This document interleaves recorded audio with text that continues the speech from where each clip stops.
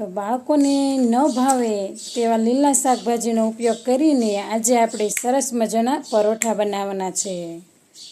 તો તેની માટે મેં અહીંયા થોડા લીલા શાકભાજી લઈ લીધા છે.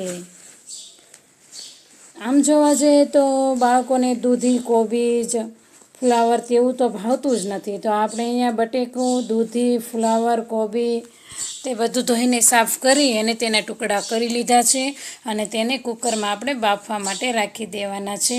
જો તમારી પાસે લીલા વટાણા, રીંગણ વધારે શાકભાજી હોય તો તે પણ તમે લઈ શકો છો.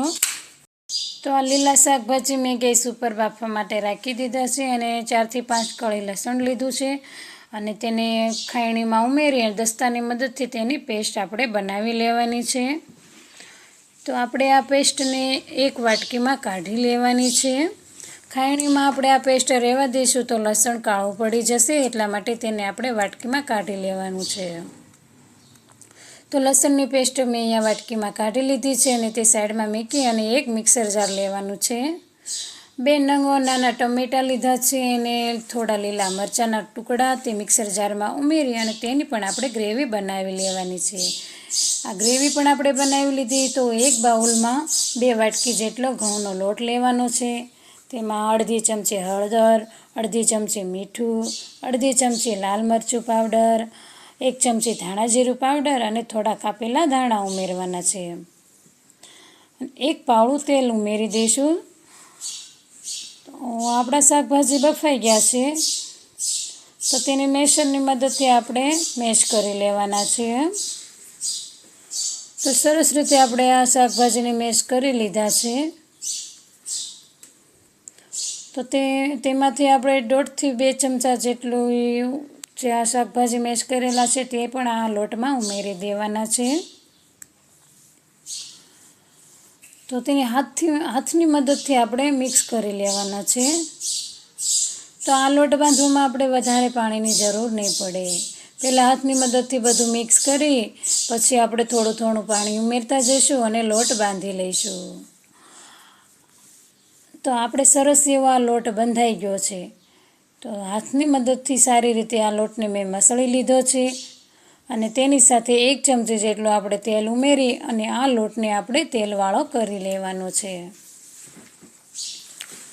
તો લોટ સરસ રીતે તેલવાળો થઈ જાય પછી આપણે તેને સાઈડમાં ઢાંકીને રાખી દઈશું.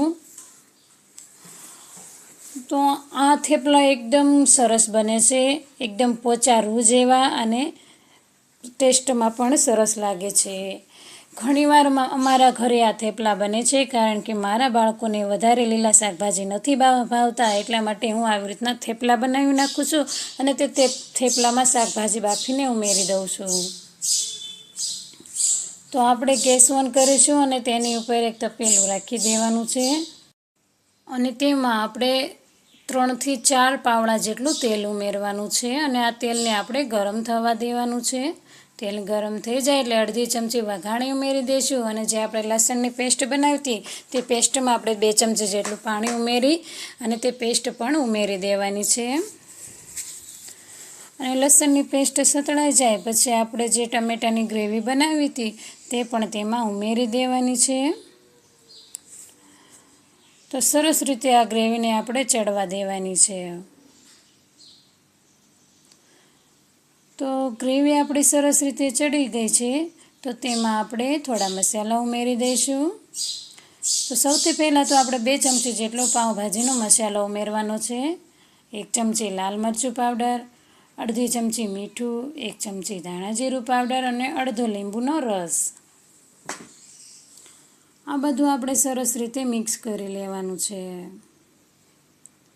તો સરસ રીતે મિક્સ થઈ જાય, મસાલા બધા ચડી જાય પછી આપણે તેમાં જે મિક્સર જારમાં આપણે ગ્રેવી બનાવી હતી તેમાં થોડું પાણી ઉમેરી તે પાણી તેમાં ઉમેરી દેવાનું છે. બધા મસાલા અને ગ્રેવી સરસ રીતે સતળાઈ જાય પછી આપણે જે શાકભાજી બાફીને રાખ્યા હતા તે ઉમેરી દેવાના છે અને સરસ રીતે મિક્સ કરી લેવાનું છે. તો સરસ રીતે મિક્સ થઈ જાય એટલે થોડીવાર માટે આપણે આ ભાજીને થવા દઈશું. તો સરસ રીતે આપણે આ ભાજી બની ગઈ છે.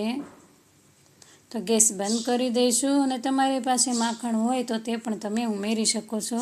તો તેમાં આપણે થોડા કાપેલા ધાણા ઉમેરી દઈશું. તો તૈયાર છે આપણી પાઉંભાજીની ભાજી. તો ભાજીને આપણે સાઈડમાં મૂકી દઈશું અને એક વેવણું પાટલી લેવાનું છે અને ગેસ ઉપર ગરમ થવા લોઢી રાખી દેવાની છે.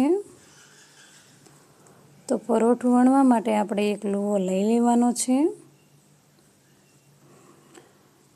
તો આપણે એક લુવો લઈ લીધો છે અને તેને આપણે ત્રિકોણ આકારમાં વાળી દેવાનું છે થોડી રોટલી વણીને. પછી આપણે તેમને કોરા લોટમાં બોળી દેવાનું છે. પછી વેણીથી સરસ રીતે આપણે આ પરોઠાને વણી લેવાનું છે.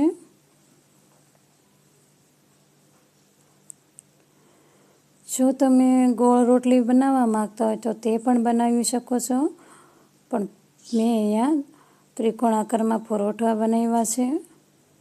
તો પરોઠું આપણું આ સરસ રીતે વણાઈ ગયું છે. જો ઘણા લોકોથી આવી રીતના પરોઠું નથી વણાતું તો તેને આવી રીતના લંબચોરસ આકારમાં વાળી અને વણો એટલે સરસ રીતે વણાઈ જાય છે. તો હવે આપણે આ પરોઠાને બંને સાઈડ થોડું થોડું શેકી લેવાનું છે. પછી જ આપણે તેલ રેડવાનું છે.